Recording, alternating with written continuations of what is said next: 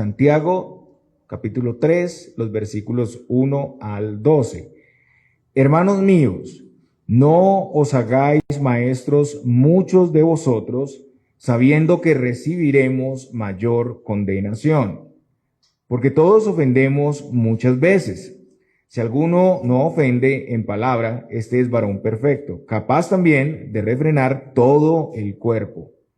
He aquí nosotros ponemos freno en la boca de los caballos para que nos obedezcan, y dirigimos así todo su cuerpo. Mirad también las naves, aunque tan grandes y llevadas de impetuosos vientos, son gobernadas con un muy pequeño timón por donde el que las gobierna quiere. Así también la lengua es un miembro pequeño, pero se jacta de grandes cosas. He aquí cuán grande bosque enciende un pequeño fuego. Y la lengua es un fuego, un mundo de maldad. La lengua está puesta entre nuestros miembros y contamina todo el cuerpo e inflama la rueda de la creación, y ella misma es inflamada por el infierno. Porque toda naturaleza de bestias y de aves y de serpientes y de seres del mar se doma y ha sido domada por la naturaleza humana. Pero ningún hombre puede domar la lengua, que es un mal que no puede ser refrenado, lleno de veneno mortal. Con ella bendecimos al Dios y Padre, y con ella maldecimos a los hombres, que están hechos a la semejanza de Dios. De una misma boca proceden bendición y maldición. Hermanos míos, esto no debe ser así. ¿Acaso alguna fuente hecha por una misma abertura agua dulce y amarga? Hermanos míos, ¿puede acaso la higuera producir aceitunas o la vid higos? Así también ninguna fuente puede dar agua salada y dulce. Vamos a orar, hermanos. Señor, te damos muchas gracias por tu palabra inspirada, poderosa, y rogamos que podamos entenderla, aplicarla a nuestras vidas, que podamos, Señor Dios, ser renovados, transformados y ver tu gracia y misericordia en este sermón. Te lo pedimos, Señor, en Cristo Jesús. Amén. Podemos sentarnos, hermanos.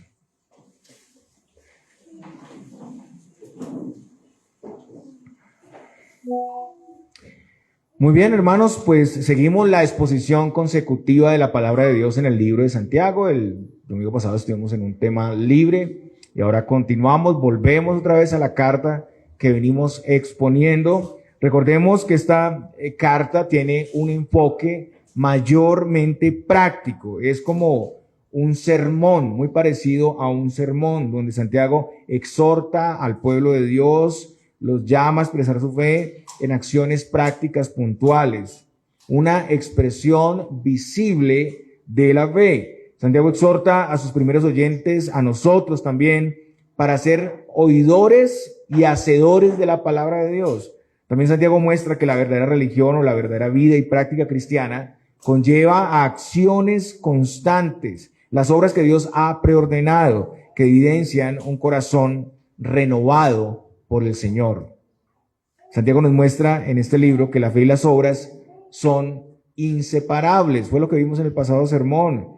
La fe sin obras está muerta. Esta fe verdadera tiene también como fruto el buen uso de las palabras, que es el tema que vamos a tratar hoy aquí. Aquí Santiago exhorta a toda persona, y especialmente personas que desean ser maestros o que enseñan a otros, a considerar la importancia y responsabilidad de las palabras. Eso tiene que ver también no solamente con los maestros oficiales, sino con todos. Algunos son ordenados para un ministerio específico de la palabra, como son los ministros, nosotros les llamamos los ancianos, docentes, pero todos los creyentes en el uso básico, primario de sus palabras, siempre estamos comunicando, siempre estamos enseñando a otros, y verdaderamente todos fallamos. Si somos sinceros, fallamos en el uso de nuestras palabras. Todos hemos maltratado, ofendido y hemos hecho mucho mal con nuestras palabras. Y la razón está en nuestra condición caída. Lo que está en nuestro corazón se expresa en palabras y nos contamina, y contamina todo alrededor. y como todos sabemos, daremos cuenta de cada palabra que pronunciamos. Entonces vemos que la lengua es un miembro que requiere control, dominio, pero en nuestra condición, en nuestras fuerzas, no podemos dominarla. Sin embargo, por la gracia de Dios recibimos todo lo necesario para hacerlo. Nuestra identidad se expresa fielmente en palabras como buen fruto agradable a Dios. Y Santiago dice inicialmente, hermanos míos. Vemos aquí que Santiago otra vez se acerca a sus oyentes de una manera familiar. Él va a dar una exhortación y lo hace desde los lazos de la hermandad. Y el tema que va a desarrollar, como ya dije, es en relación al buen uso de las palabras. O sea que Santiago está enseñando de este tema y en esto mismo está practicando su enseñanza. O sea, él aquí está poniendo en aplicación lo que está enseñando. Ya Santiago, como acostumbra, ustedes lo han visto desde el principio, él introduce un tema o toca un tema y después en la carta lo desarrolla más ampliamente. Entonces, nosotros vemos que al principio de la carta y durante todo el libro él está tocando este tema y lo está desarrollando. En Santiago 1:19, vaya conmigo ese texto, Santiago dice que todo hombre debe ser tardo para hablar. Tardo para hablar. También en Santiago 1:26, si me siguen ahí, leemos: si alguno se cree religioso entre vosotros y no refrena su lengua, sino que engaña su corazón, la religión del tal es vana. En el capítulo 2, vaya conmigo a Santiago 2, versículo 12, dice: así hablad y así haced como los que habéis de ser juzgados por la ley de la libertad. Ya vamos en el capítulo 2. Luego tenemos nuestro texto, el capítulo 3, donde se desarrolla más ampliamente este tema. Pero no para ahí, sigue. Más adelante, en Santiago capítulo 4, 11 y Santiago capítulo 5, 12, él retoma hablando sobre la murmuración y la verdad, temas relacionados con la lengua. O sea que cada capítulo del libro de Santiago tiene una alusión al tema de las palabras, al tema de la lengua. Entonces, vemos aquí una preocupación, vemos aquí un énfasis de Santiago en este punto. Como ya dije, Santiago quiere que sus oyentes vivan una fe práctica. Santiago considera que el fruto de la fe verdadera se expresa en el buen uso de las palabras. Y como ya hemos visto, desde el capítulo 1, las palabras están relacionadas con lo que hay en el corazón. Los deseos que luchan en nuestro interior se expresan en palabras. Las palabras reflejan nuestros pensamientos, nuestras intenciones, nuestros ídolos del corazón. Y Jesús enseñó que del corazón salen los falsos testimonios, las blasfemias, entre muchas cosas más. Eso está en Mateo 15, 19. Pero también del corazón regenerado y santificado sale lo bueno. Nuestras palabras revelan nuestra identidad. Lucas 6:45, el Señor dice ahí: el hombre bueno del buen tesoro de su corazón saca lo bueno, y el hombre malo del mal tesoro de su corazón saca lo malo. Porque de la abundancia del corazón habla la boca. Y Santiago hace su exhortación incluyéndose a él mismo, porque como ya hemos visto, él era un maestro de la palabra, era un líder reconocido, de renombre en Jerusalén. Eso lo vimos también en el libro, cuando estudiamos el libro de Gálatas. En el versículo 1 dice: no os hagáis maestros muchos de vosotros, sabiendo que recibiremos mayor condenación. Y aquí se usa la palabra griega didáscalos, que se traduce como doctor o maestro. Principalmente esa es la definición. Esta palabra se usaba en relación a los rabinos y a todos los que ejercían la enseñanza o la predicación en la sinagoga y después en la iglesia. Algunos rabinos judíos y después los pastores o ancianos docentes se ocupan de la enseñanza, pero de una manera oficial, como maestros expertos. Pero también otros creyentes enseñaban la palabra ya no de manera oficial. Algunos hombres en la sinagoga podían incluso participar regularmente en lecturas y enseñanzas sin ser oficiales. Una persona con unas características especiales de reputación podía participar, podía libremente leer las escrituras, y es algo que también hacemos aquí.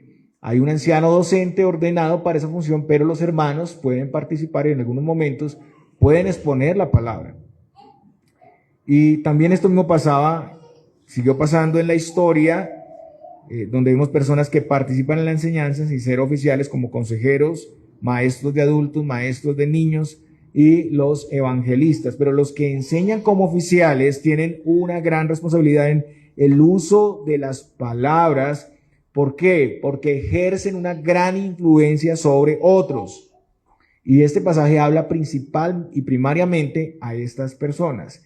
El primer grupo de personas al que nos vamos a referir aquí, los pastores maestros, los que han sido ordenados oficialmente para ejercer este rol. Para este ministerio el Señor ha dado instrucciones precisas. Precisamente esto delimita el llamado y la ejecución correcta de este ministerio. En primer lugar, la persona que se dedica a este ministerio, el pastor maestro, no podía ser un principiante o un neófito. No podía ser una persona que acababa de llegar a la fe o a la congregación. 1 Timoteo 3:6. El candidato en ese momento y hasta el día de hoy debe ser examinado y pasar por todos los procesos necesarios, procesos académicos, procesos de madurez, procesos de carácter, de fe, hasta llegar a ser ordenado como un ministro del Señor. Y entre los varios requisitos que encontramos en las cartas pastorales, vemos algunos que están específicamente relacionados con el uso de la lengua, que son ser sobrio, prudente, amable, apacible y apto para enseñar. En primer lugar, el obispo debe ser sobrio, 1 Timoteo 3:2. Y sobrio significa que es una persona equilibrada en palabra y en acción. Es una persona precavida, estable, una persona que no se deja llevar por las ideas que otros traen. Una persona con el dominio propio, que no se precipita en el juicio, sino que piensa bien las cosas antes de actuar, antes de hablar. Segundo, el obispo debe ser prudente, 1 Timoteo 3:2 también. La traducción es sensato, una persona de buen juicio, discreto, sobrio, controlado. No actúa a la ligera, sino que distingue, discierne, es pronto para oír, tardo para hablar. El obispo debe ser amable, 1 Timoteo 3:3. O sea, una persona cordial, paciente, complaciente o que cede sus derechos personales ante los demás. Una persona que corrige con mansedumbre, como también lo enseña 2 Timoteo 2 del 24 al 25. Pero también una persona que tiene el carácter para tapar la boca de algunos, dice Pablo a Tito en Tito 1:11. El obispo debe ser también apacible, 1 Timoteo 3:3. ¿Qué significa eso? Sensible, cariñoso, gentil, contrario a lo que es el autoritarismo o alguien que riñe. Eso también implica que es enseñable, aunque con el carácter para enfrentar desacuerdos y confrontar a los que están errando, como ya vimos. El problema es que a veces algunos piensan que tener conocimiento los hace superiores o mayores y por lo tanto llegan a pensar que no son o no necesitan ser enseñables. Pero Santiago responde a esto más adelante en Santiago 3:3, en el mismo contexto. Dice, ¿quién es sabio y entendido entre vosotros? Muestre por la buena conducta sus obras en sabia mansedumbre. Y también Pablo dice a Timoteo que el obispo debe ser apto para enseñar. 1 Timoteo 3:2. Y eso implica que debe tener un don especial para la enseñanza, un don que es confirmado por Dios y que es confirmado también por los hombres, y además debe estar bien preparado académicamente para su trabajo, debe exponerse a ser evaluado. Hay personas que piensan que ya saben todo y que no necesitan ser evaluadas. No, debe exponerse a ser evaluado. Su labor principal es exponer fielmente la palabra de Dios al pueblo. Entonces debe conocer la palabra, debe estar dispuesto a escudriñarla constantemente con mucha diligencia para enseñarla correctamente al pueblo de Dios. Y debe estar enfocado en enseñar en la sabiduría de Dios y en su poder, el evangelio. Pablo dice que su enseñanza a los corintios no fue una exposición en excelencia de palabras o de sabiduría. No los persuadió a creer apoyándose en la sabiduría de este mundo, sino con el sencillo evangelio de Jesucristo. 1 Corintios 2 del 1 al 5 dice, así que hermanos, cuando fui a vosotros para anunciaros el testimonio de Dios, no fui con excelencia de palabras o de sabiduría, pues me propuse no saber entre vosotros cosa alguna, sino a Jesucristo y a este crucificado. y estuve entre vosotros con debilidad y mucho temor y temblor, y ni mi palabra ni mi predicación fue con palabras persuasivas de humana sabiduría, sino con demostración del Espíritu y de poder, para que vuestra fe no esté fundada en la sabiduría de los hombres, sino en el poder de Dios. Además, los ancianos deben reaccionar a toda clase de situaciones, preguntas, problemas, y deben hacerlo desde las Sagradas Escrituras, pero deben hacerlo con diligencia, con sabiduría, usando bien la palabra de verdad, como dice Pablo a Timoteo en 2 Timoteo 2:15. Procura con diligencia presentarte a Dios aprobado, como obrero que no tiene de qué avergonzarse, que usa bien la palabra de verdad.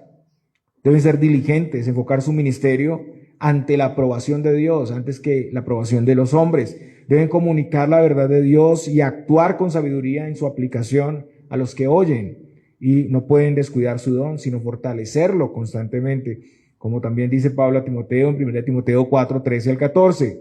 Entre tanto que voy, ocúpate en la lectura, la exhortación y la enseñanza. No descuides el don que hay en ti, que te fue dado mediante profecía con la imposición de las manos del presbiterio. Ocúpate en estas cosas, permanece en ellas, para que tu aprovechamiento sea manifiesto a todos. Ten cuidado de ti mismo y de la doctrina, persiste en ello, pues haciendo esto te salvarás a ti mismo y a los que te oyeren. Los que enseñan, hermanos, además de cumplir con los requisitos de preparación y calificativos, deben estar dispuestos a seguir profundizando en las Escrituras, a no dejar de enseñar y exhortar, a preocuparse por hacerlo cada vez mejor. Todo eso es parte de no descuidar su don y tener cuidado de sí mismo y de la doctrina. También deben enseñar con seriedad, con integridad. No hay nada que reste más importancia al mensaje que no hacerlo así, con seriedad e integridad. Pablo instruyó a Timoteo para tener cuidado en la enseñanza. Tito 2:7 dice, en la enseñanza mostrando integridad, seriedad, palabra sana e irreprochable, de modo que el adversario se avergüence y no tenga nada malo que decir de vosotros.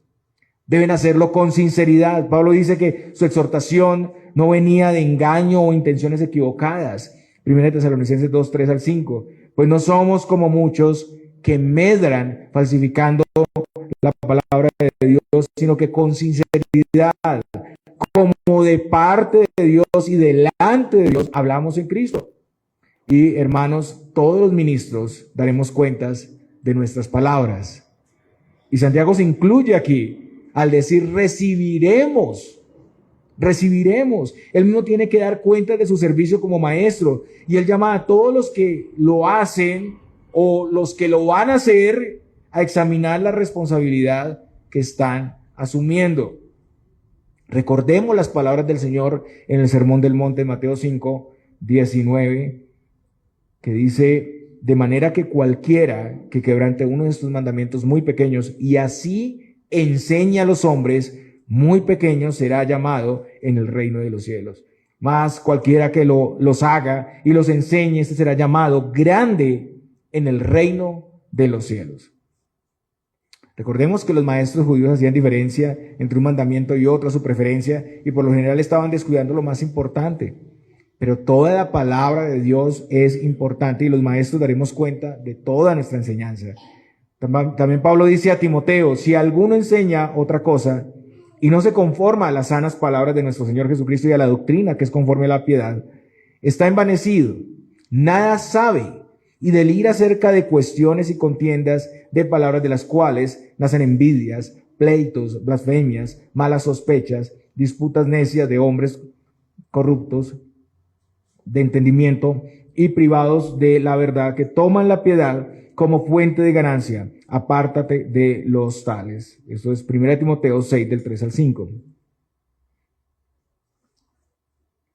John Knox estaba tan atemorizado, tan cargado por la responsabilidad de declarar la palabra de Dios fielmente, que antes de su primer sermón, lloró incontrolablemente y tuvo que salir junto a algunos hermanos del púlpito hasta que pudo controlarse.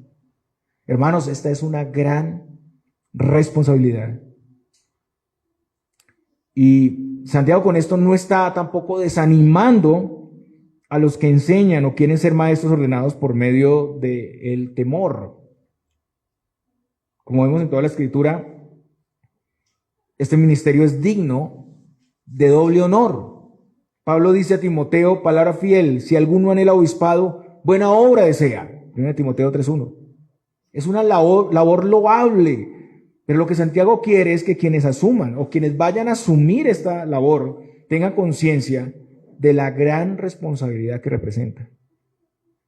Y la gran responsabilidad pues tampoco es una razón para rechazar este llamado. Pablo dice, ay de mí si no anunciare el evangelio.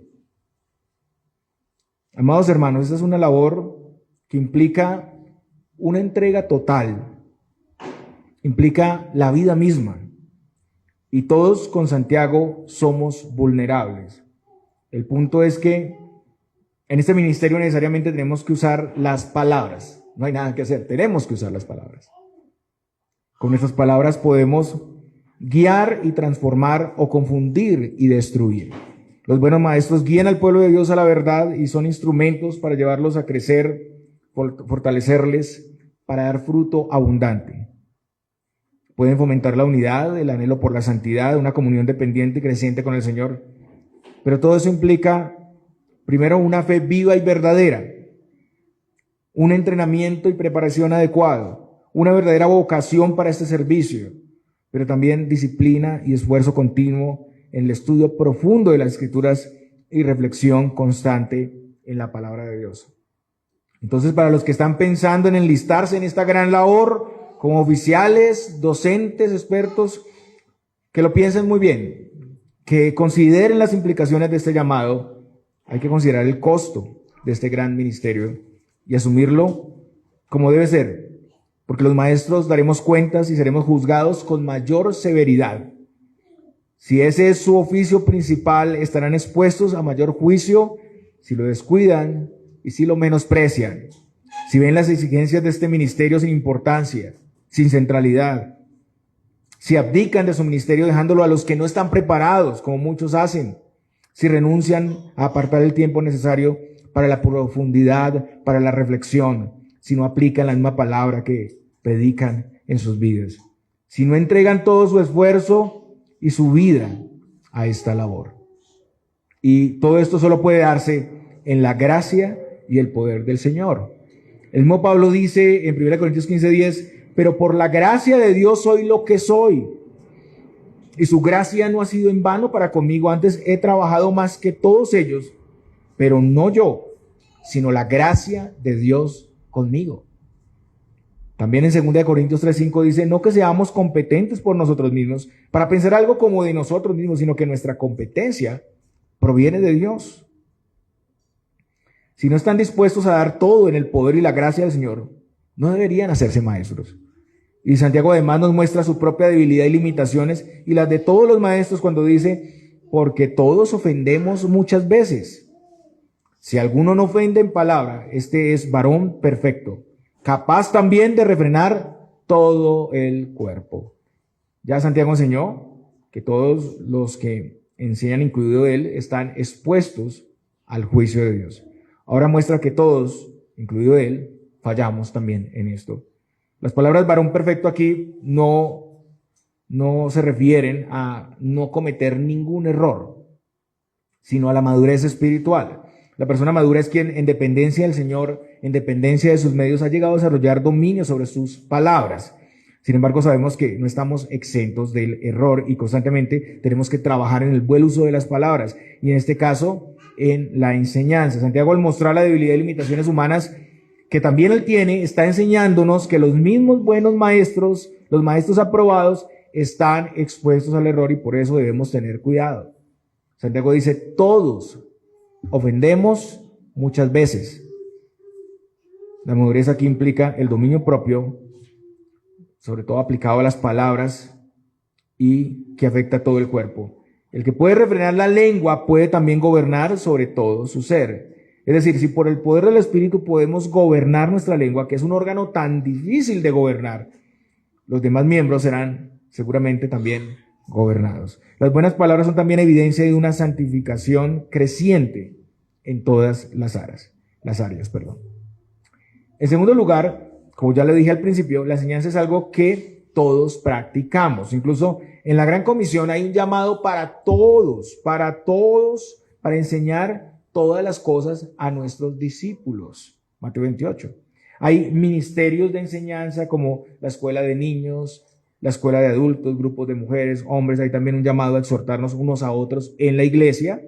Ahí hay enseñanza. Y en general cada creyente es un maestro para otros. Siempre estamos compartiendo de manera informal conocimiento a otros.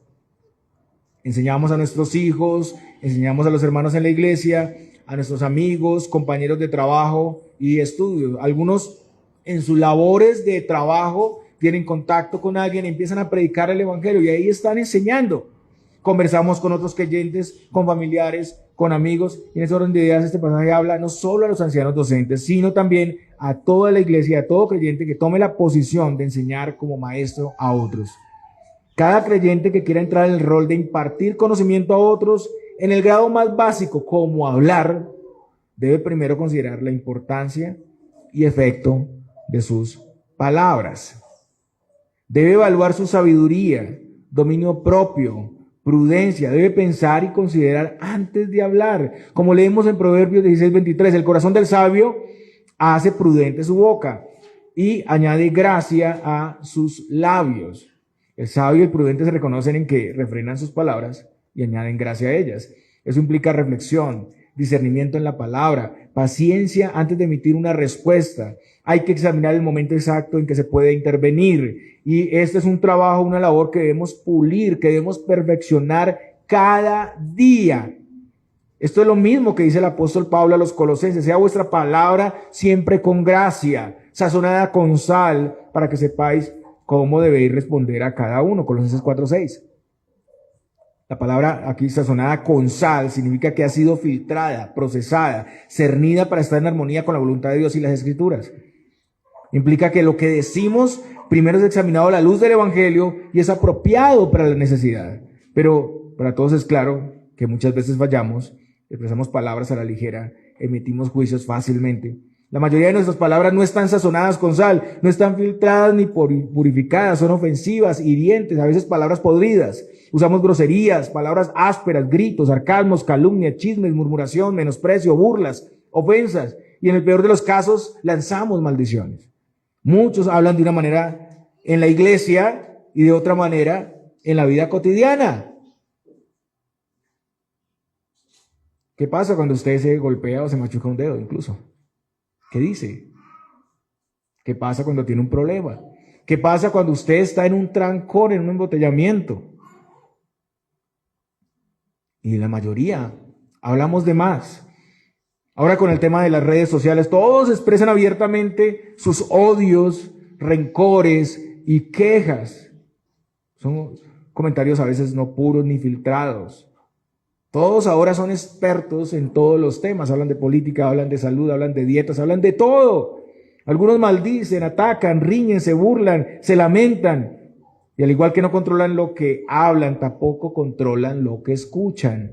Se exponen constantemente a la cosmovisión de este mundo. No filtran la música. Podemos escuchar música, pero toca filtrarla. Porque tremendos mensajes que hay ahí en la música. Pero los pasamos por alto. Y todo eso influye en nuestras palabras. Pero es importante saber que vamos a rendir cuentas de toda palabra sin propósito que hayamos pronunciado. Mateo 12, 36 al 37 dice: mas yo os digo que de toda palabra ociosa que hablen los hombres, de ella darán cuenta en el día del juicio, porque por tus palabras serás justificado y por tus palabras serás condenado. Y Santiago aquí nos va a mostrar o ampliar el gran problema, y esta es como la mala noticia. La mala noticia: la lengua es un miembro que requiere control y dominio. La lengua es un pequeño miembro que produce efectos grandes y catastróficos y no podemos evitar ni controlar una vez desatados. Es como un fuego. Santiago en los versículos 5 al 6 habla sobre eso. Un verdadero creyente no puede permitir el mal uso de palabras sin sufrir el juicio de Dios. Versículos 9 al 10. Pero también tenemos la buena noticia. Los creyentes en Cristo han sido dotados de las bendiciones todas las bendiciones del Señor en la gracia y pueden tener como fruto el dominio propio. La diferencia está en nuestra identidad.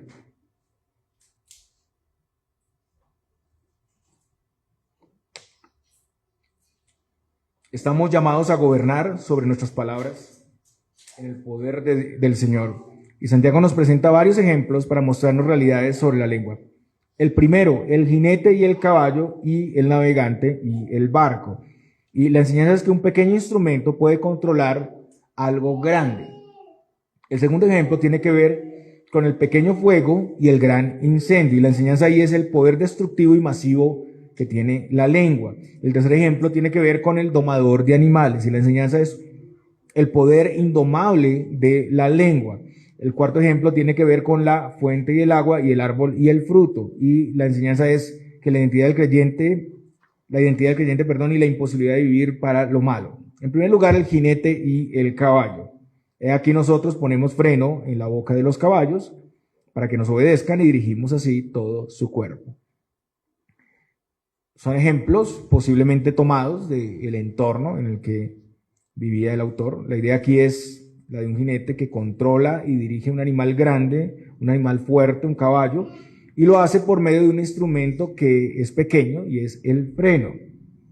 Un niño como Santiago puede dominar una bestia del tamaño mucho más grande que él, un caballo.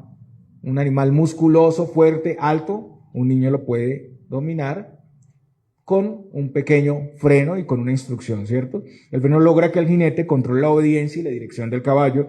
De la misma manera, el creyente, con los instrumentos básicos de la fe, puede ejercer dominio sobre su lengua.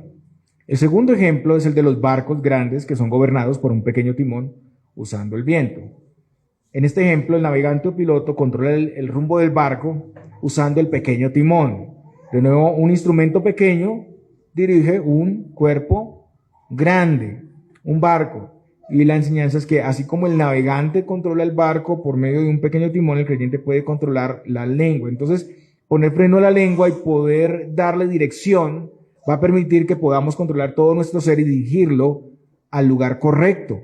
Controlar correctamente la lengua afectará y conducirá a todo el cuerpo para vivir y servir mejor al Señor. El caballo sin freno, el barco sin dirección, solo pueden dirigirse a la pérdida y a la destrucción. Imagínense un carro sin frenos y sin dirección. Que usted salga en un carro sin frenos, sin poder frenar y sin poder darle rumbo a dónde va a ir. ¿Qué va a ocurrir? El desastre total. Y controlar y frenar la lengua implica acciones constantes. Muchos van por ahí sin frenos y sin dirección. A lo que caiga, a lo que salga del corazón. Y reciben grandes consecuencias. Pero hay que poner límites y establecer disciplinas. A veces ni siquiera pensamos en eso y las palabras salen como salen. Pensemos antes de hablar, ¿a dónde nos van a llevar nuestras palabras? ¿Qué efectos tendrán? El sabio y el prudente se reconocen en que refrenan sus palabras, como ya dije, y añaden gracia. Proverbios 10:19 dicen, las muchas palabras no falta pecado, mas el que refrena sus labios es prudente. El tercer ejemplo, en el versículo 6-7, es de un fuego pequeño o una chispa que enciende un gran bosque. Así también la lengua es un miembro pequeño, pero se jacta de grandes cosas. He aquí cuán grande bosque enciende un pequeño fuego. Y la lengua es un fuego, un mundo de maldad. La lengua está puesta entre nuestros miembros y contamina todo el cuerpo e inflama la rueda de la creación. Ella misma es inflamada por el infierno. Primero, la lengua se jacta de grandes cosas. La lengua expresa el amor al yo, es soberbia, arrogante y aplasta a los demás.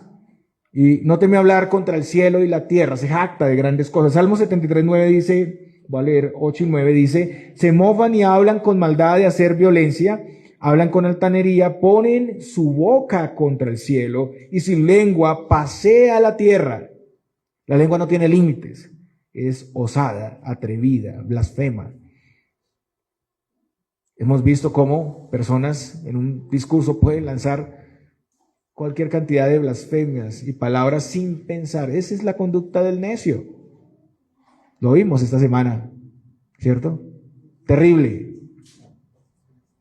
Y a veces no se miden las consecuencias de lo que se está diciendo. En segundo lugar, a veces las personas van a las montañas, ustedes han visto, hacen hogueras ahí, fogatas, un pequeño fuego, de manera irresponsable, pues no apagan eso, no apagan completamente el fuego y se enciende un bosque y termina consumiendo grandes hectáreas, afectando la fauna, toda la vegetación y hasta las mismas personas.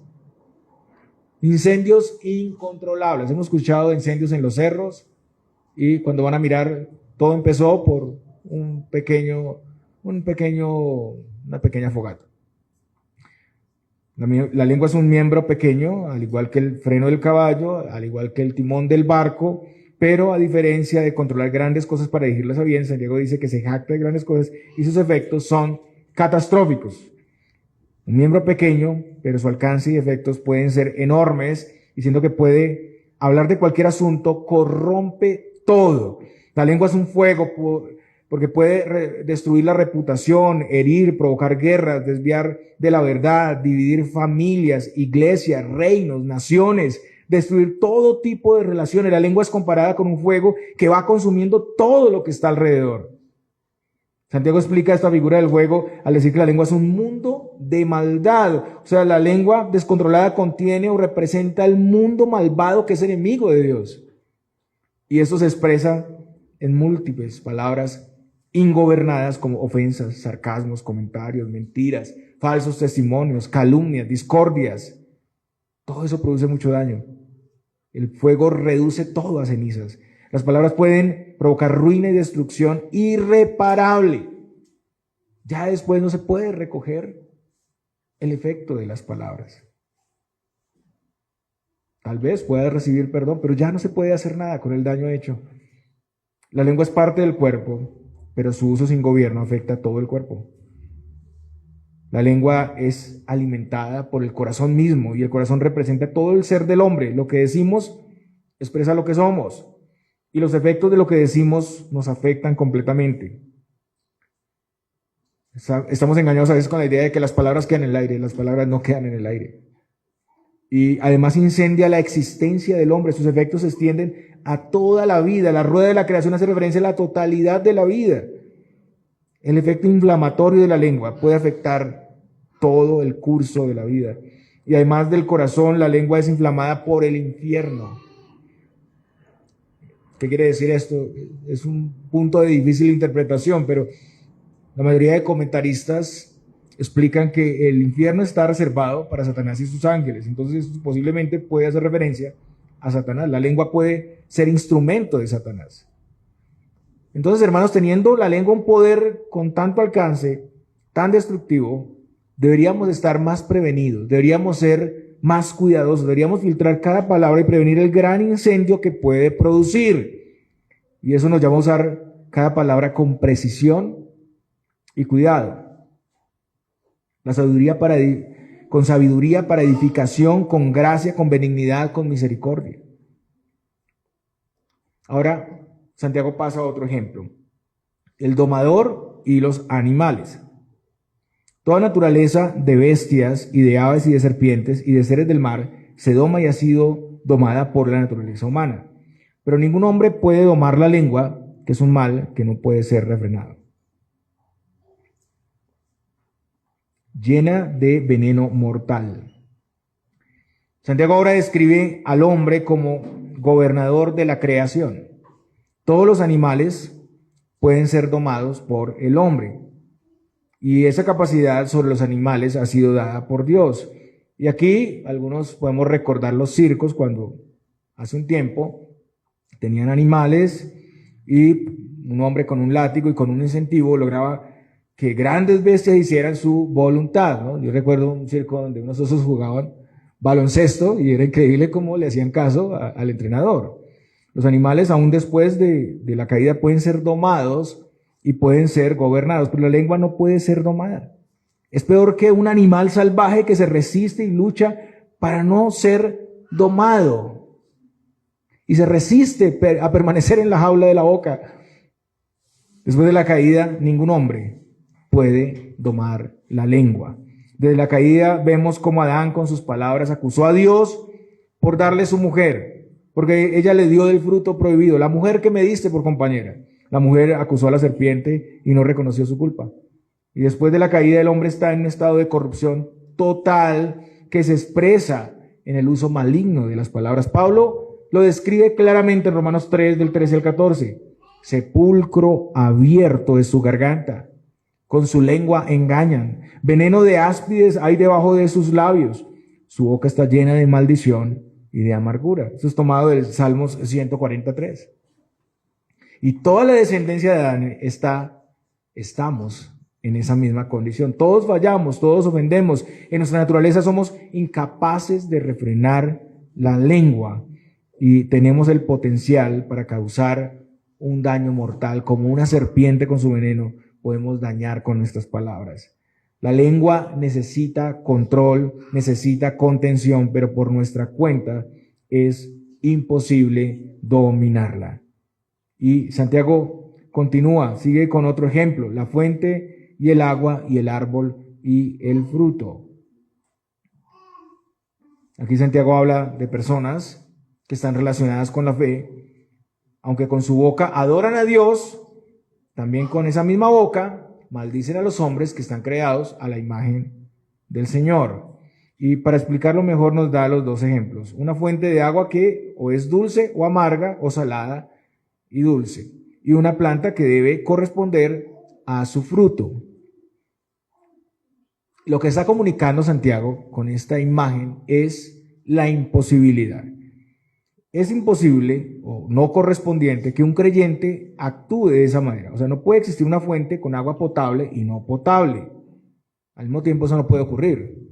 Y cada especie de planta produce fruto correspondiente. Es imposible que el árbol de manzanas produzca mangos, ¿cierto?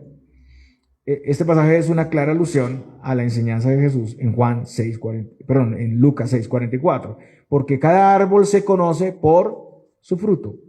El árbol corresponde a su fruto. Los frutos evidencian la identidad. Lo que hay en el corazón siempre se manifiesta inevitablemente en las creencias, en lo que se enseña y en la vida práctica. Entonces, tarde que temprano las palabras darán evidencia de la identidad. Proverbios 15:4 dice: la lengua apacible es árbol de vida, mas la perversidad de ella es quebrantamiento de espíritu. Las palabras son la expresión del corazón. Las palabras sucias denotan un corazón sucio. Las palabras amargas, un corazón lleno de rencor. Las palabras edificantes, un corazón purificado.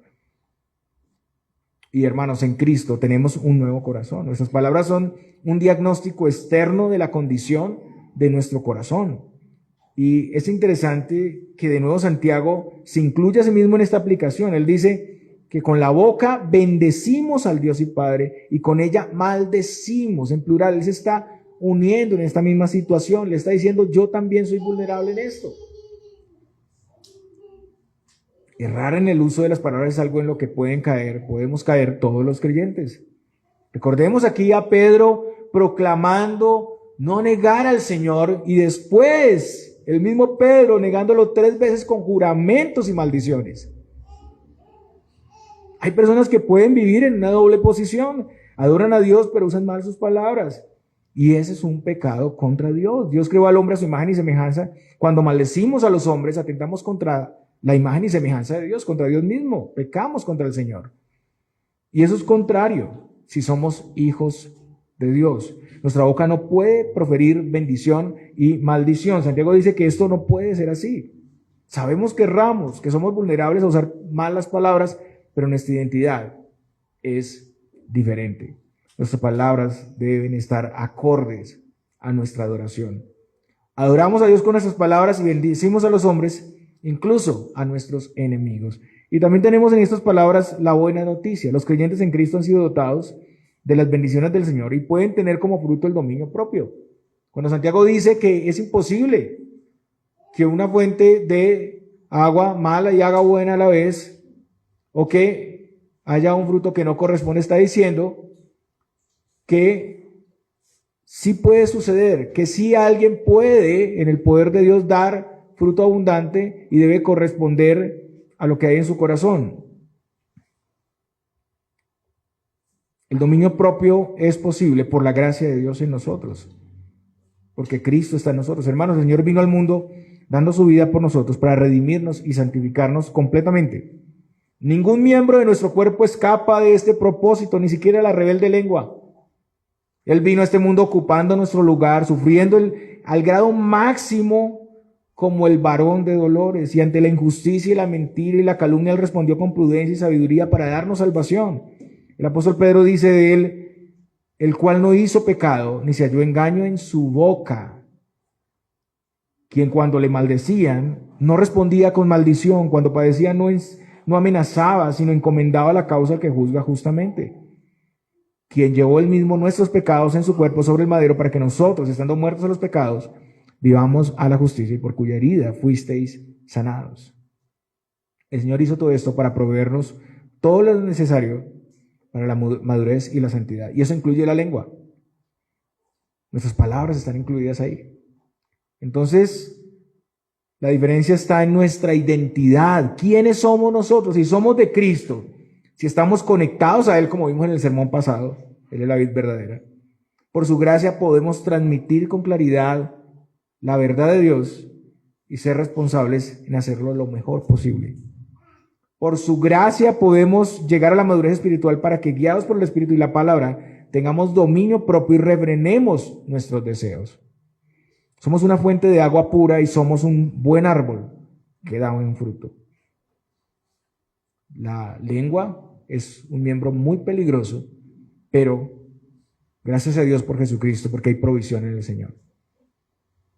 La solución está en la dependencia de sus medios. ¿Y qué debemos hacer entonces? Pedir constantemente la guía y el obrar de Dios en nuestras vidas. Salmo 141:3, pon guarda mi boca, oh Jehová, guarda la puerta de mis labios, dice el salmista.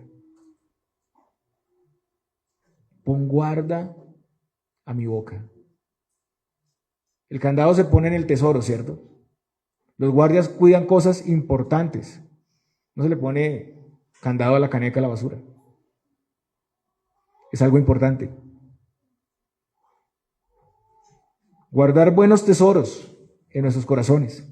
Colosenses 3:16 dice, la palabra de Cristo more en abundancia en vosotros, enseñándoos y exhortándoos unos a otros en toda sabiduría, cantando con gracia en vuestros corazones al Señor con salmos e himnos y cánticos espirituales. ¿De qué estamos llenos, hermanos? ¿Qué es lo que llena nuestro corazón, nuestra mente? Hay más del mundo, hay más de la cosmovisión del mundo en nuestros corazones y en nuestras mentes que de Cristo. Y de eso estamos nosotros dando. La abundancia del corazón habla la boca. Pero dice aquí, la palabra de Cristo mora en abundancia en vosotros. Si la palabra de Cristo está en nosotros, nuestras expresiones, nuestras palabras van a ser palabras que vienen del Señor, a la luz de la palabra de Dios, procesadas, filtradas, sazonadas con sal. Renovémonos constantemente, quitando lo malo y poniendo lo bueno. Es el ejercicio que debe hacer todo creyente. Efesios 4:31 dice, quítense de vosotros, escuchen bien, toda amargura, enojo, ira, gritería, maledicencia y toda malicia. Antes sed benignos unos con otros, misericordiosos, perdonándoos unos a otros como Dios también os perdonó a vosotros en Cristo. Hay que quitar el enojo, quitarlo es erradicarlo. Hay que quitar la ira, gritos, maledicencias, malicia, y cambiarlo por ser benignos, misericordiosos y perdonadores, como Cristo nos perdonó. Todo lo contrario a lo que hacíamos.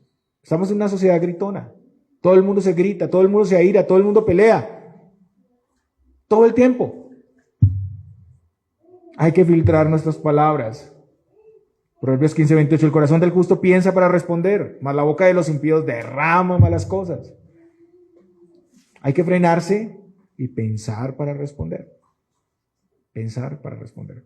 Evaluar si nuestras palabras edifican o destruyen.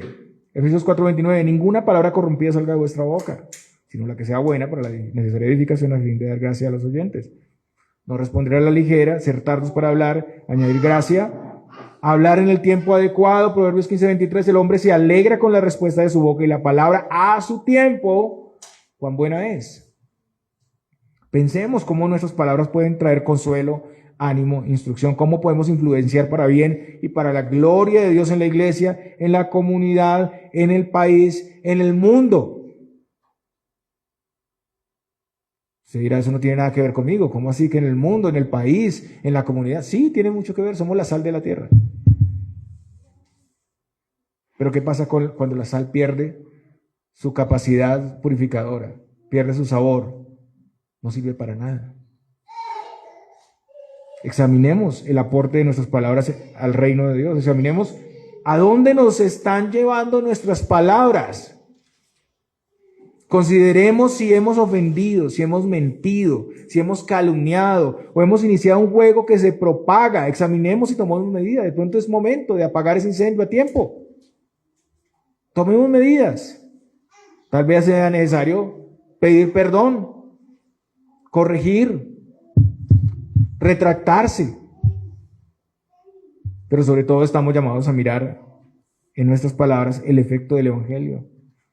Aunque muchas veces ofendemos y fallamos, hermanos, por la gracia de Dios, estamos creciendo y dando fruto para el Señor. Esta enseñanza no es una enseñanza para desanimarnos, es una enseñanza para que nos pongamos una cinta en la boca y no volvamos a hablar, sino es una enseñanza que nos llama a mirar a Cristo, a mirar a su gracia, a su misericordia, a su palabra, a su poder, y poder responder en el Evangelio, a la luz de su palabra, conforme a su voluntad. El Señor les bendiga, mis hermanos. Oremos. Amado Dios, muchas gracias te damos por tu palabra, que es poderosa, viva y eficaz, y nos estremece, Señor, nos llama con fuerza, con poder, es como un martillo, y tú transformas nuestra vida, Señor, transformas nuestra cosmovisión, nos conduces otra vez al camino correcto siempre. Señor, ilumínanos, porque este es un pecado que muchos cometemos, es un pecado que se ha vuelto común y al que no se le pone cuidado, pero es algo que tiene unas consecuencias gravísimas, Señor. Ayúdanos, Señor, corrige, dirige, pon guarda nuestra boca, Señor Dios. Danos esa blanda respuesta, esa sabiduría, Señor Dios, en cada cosa que hacemos y decimos, y que podamos mirar a ti, Señor, a tu gracia, a tu obra, Señor Dios, y que podamos aprender de ti. Te lo pedimos, Señor, en Cristo Jesús. Amén.